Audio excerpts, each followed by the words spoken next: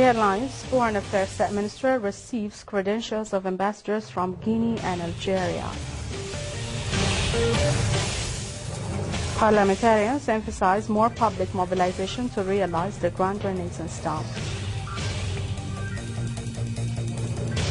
Photos in South Sudan are being exhibited to create awareness on the dangers of landmines.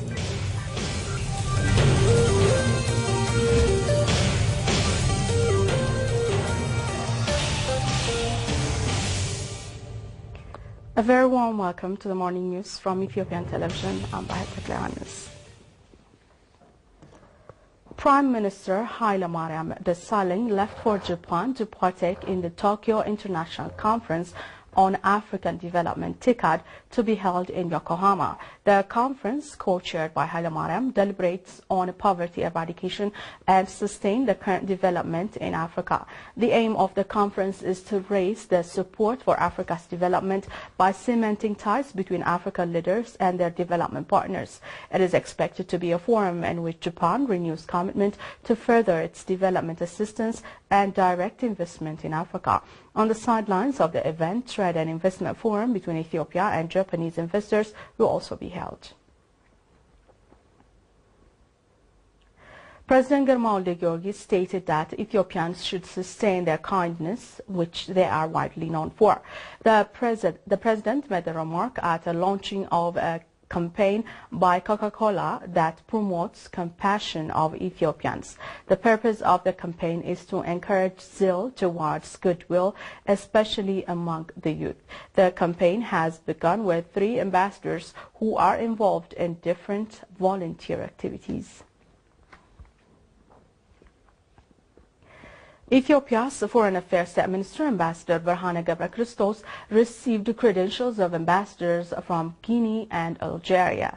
Ambassador Sidibé Fatoumata Kaba of Guinea appreciated the quick and unbelievable progress she has seen in Addis Ababa and its surroundings since her last visit to Ethiopia in 2005.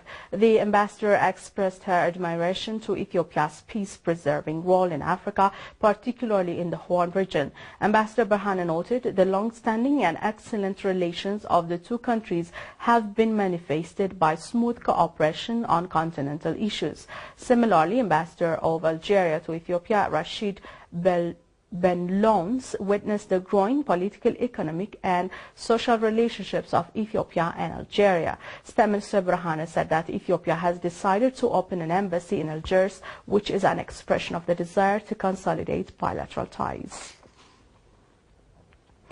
Members of the National Parliament emphasized the need for even more public mobilization to realize construction of the Grand Renaissance Dam.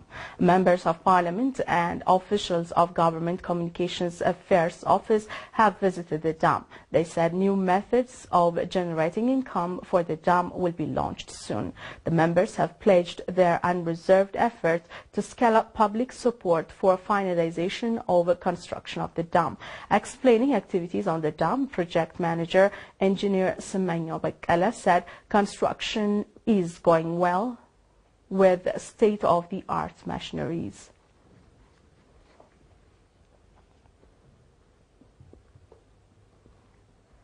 Ethiopia vows to keep its commitment in fostering the science of climate change and its implementation in IGAD region. A two-day Greater Horn of Africa Climate Outlook Forum is underway in Addis Ababa. Lalo Etala has more on that. The 34th Climate Outlook Forum in the Horn of Africa has been kicked off on Wednesday in Addis Ababa. The forum is being held under a theme building resilience to climate-related disasters in the Greater Horn of Africa. Alamayehu Tegenu, Ethiopian Minister for Water and Energy, said at the opening, IGAD member nations are suffering a lot due to climate change. Impacts of climate variability have strong implications on seasonal forecasts. We are observing an increasing trend in frequency, intensity and severity of droughts, floods causing loss of thousands of lives, property in the Greater Horn of Africa. Fetane Tashoma, Director General of Ethiopian National Meteorological Agency, said organizing such events in the region is crucial to strengthen collaborative mitigation efforts. It is my expectation that the outcome of this forum will add values on the provision of climate information that benefits our policymakers and the stakeholders in the process of ongoing agricultural, water resources and the disaster risk management practices in Ethiopia. A representative of IGAD Climate Prediction and Application Center indicates that the forum is also useful to strengthen mitigation strategy in the region. And we expect through this strategy we will be able to address the risk, the drought risk in the region, so that we don't have to continue relying on donations every time there is a drought. So we hope in the next 5 years we will be able to have disaster resilience in the region in place, so that we come out of this frequent reliance on foreign assistance. Participants have expressed that the discussion could help to find ways to trump the effects of climate change in the region. This forum is therefore an excellent opportunity for the regional scientists and the users to address the government's concern regarding the impacts of climate variability, particularly for those of you who come from the region where June to July, August, September is the main rainy season. Representatives from IGAD member countries, World Meteorological Organization, and scientists, among others, are deliberating on different issues that help to strengthen mitigation process across the region. Drought coverage of the country has grown in threefold since the demise of Turk regime. Ethiopian Roads Authority said that the country has had about 18,000 kilometers long roads 22 years ago.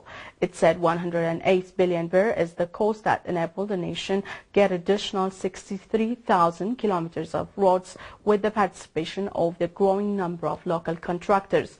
The authority said that the government has given due attention to roads development, allocating a significant amount of budget.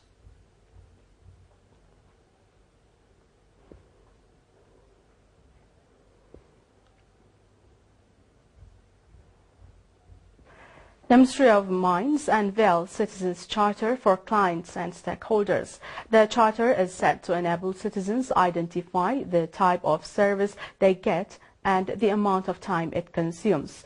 With the charter, citizens would have the chance to contribute to improvement of service delivery. The new charter would put the timetable for stakeholders participating in mining activities to provide the information asked by the service provider. The Ministry of Mines underscored that it would work in close collaboration with stakeholders in taking comments and satisfying its customers.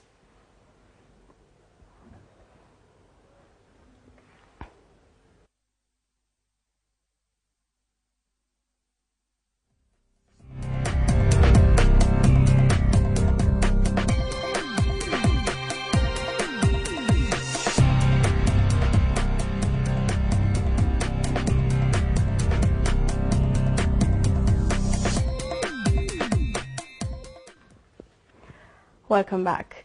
Ethiopian Prime Minister and African Union Chairperson Hailemariam Desalegn has disclosed the creation of the African Capacity for Immediate Response to Crisis. The force proposed by South African President Jacob Zuma during the African Union Summit will be a military rapid reaction force to deal with regional coups, rebellions and wars. South Africa, Uganda and Ethiopia have pledged to contribute, and other countries have volunteered support. The AU Assembly decision said that the Rapid Response Force would be formed from voluntary contributions of troops, funds and equipment by member states. It would be a stopgap measure pending the formation of the African Standby Force, planned to be operational by 2015.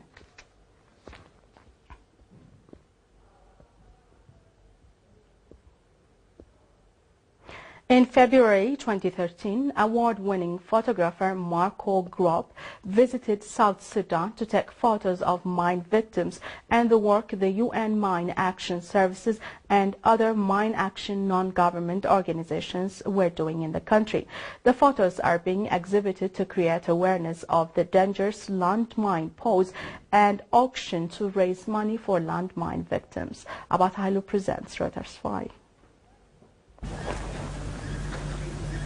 The French Institute in South Sudan's capital Juba is hosting an exhibition of photographs to raise awareness about the new nation's continuing battle with landmines and unexploded ordnance left behind after one of Africa's longest civil wars. The photos by Emmy Award-winning Swiss photographer Marco Grob highlight the work being done by UN Mine Action Services and other mine action organizations in the country, taking an intimate look at the lives of mine victims and vulnerable communities. Proceeds from an auction at the end of a series of exhibitions will go towards helping thousands of people affected by landmines and unexploded ordnance. Sasa Logi's program officer for UNMAS. Once we've shown it, we've finished showing it, we will have an auction. And the idea is to auction these photos to anybody who's interested in buying them, and the proceeds of which would go towards a victim assistance, a landmine victim assistance association here in Juba. Grob, who has worked with UNMAS since 2010 and has also taken portraits of mine action work in Afghanistan and Cambodia, and traveled to some of South Sudan's most remote areas, including Yei, where Manduri cattle herds travel across areas that may be contaminated by mines every day. Actually, I've known a couple of people that lost their limbs, kids that lost their legs, limbs, some lost their lives just because of mines.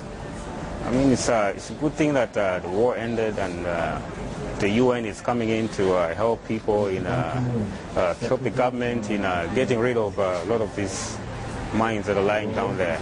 While thousands of mines have been cleared since the end of the war, UNMAS officials say they discover more hazard every day.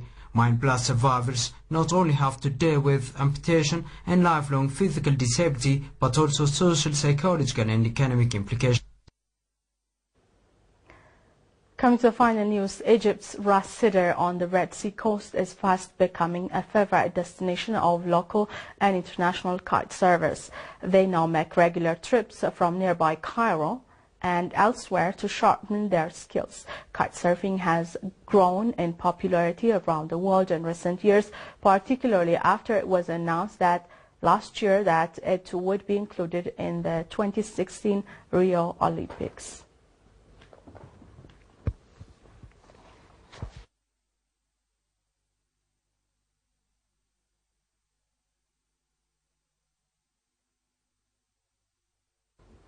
That's all we had for this edition. Many thanks for staying with us. Have a nice day.